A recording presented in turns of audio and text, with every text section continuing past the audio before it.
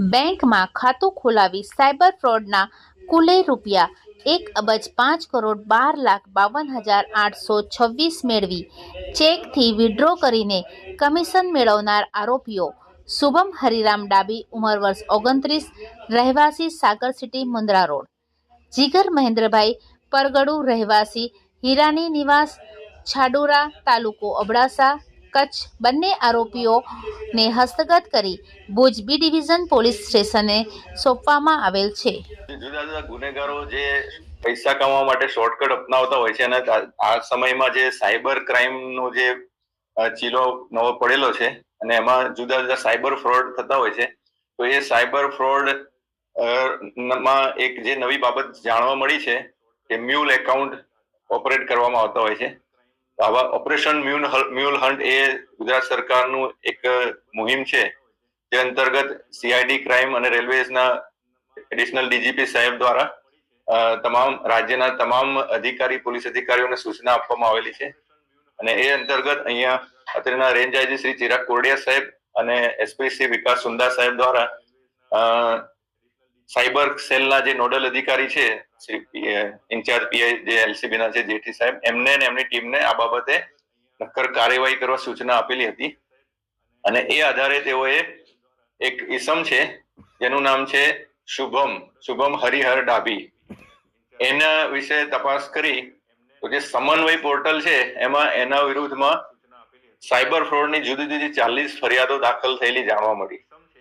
એટલે એની ડિટેલમાં જયારે એમણે તપાસ કરી એમની ટીમે, ત્યારે એવું હકીકત જાણવા મળી કે એમણે એક મ્યુલ એકાઉન્ટ બનાવેલું છે.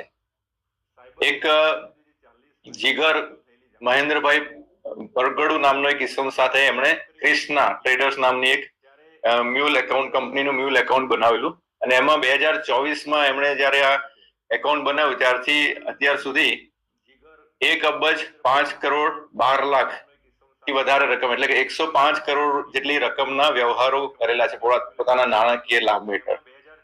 અને એમાં જે એચડીએફસી બેંકમાં આ એકાઉન્ટ ખોલવામાં આવેલું, તો જે એચડીએફસી બેંકનો જે કર્મચારી છે ભાવિક નામનો ઈસમ, એણે સ્ટાન્ડર્ડ ઓપરેટિંગ પ્રોસિજર જે કરવી જોઈતી હતી કેવાયસી ની, એ નહીં કરીને આ લોકોને એમને લાભ થાય, ફાયદો થાય એ રીતે આ મ્યુલ એકાઉન્ટ ખોલી આપ્યું છે. એટલે આ 3 ઈસમો વિરુદ્ધ સાયબર સેલ દ્વારા પોલીસ ફરિયાદ દાખલ કરવામાં આવેલી છે. ભુજ બી ડિવિઝનમાં ગુનો દાખલ કરવામાં આવેલો છે.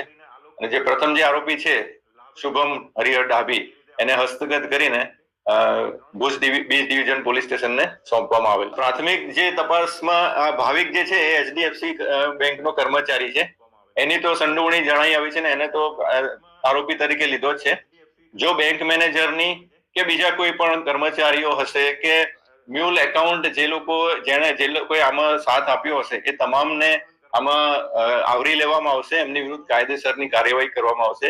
એટલે મીડિયાના માધ્યમ દ્વારા અમે આ જાહેર જનતાને પણ અપીલ કરીએ છીએ કે આ રીતે થોડા નાણાકીય લાભ માટે ગુનામાં ના ફસાવો, એ ખાસ ધ્યાન રાખો.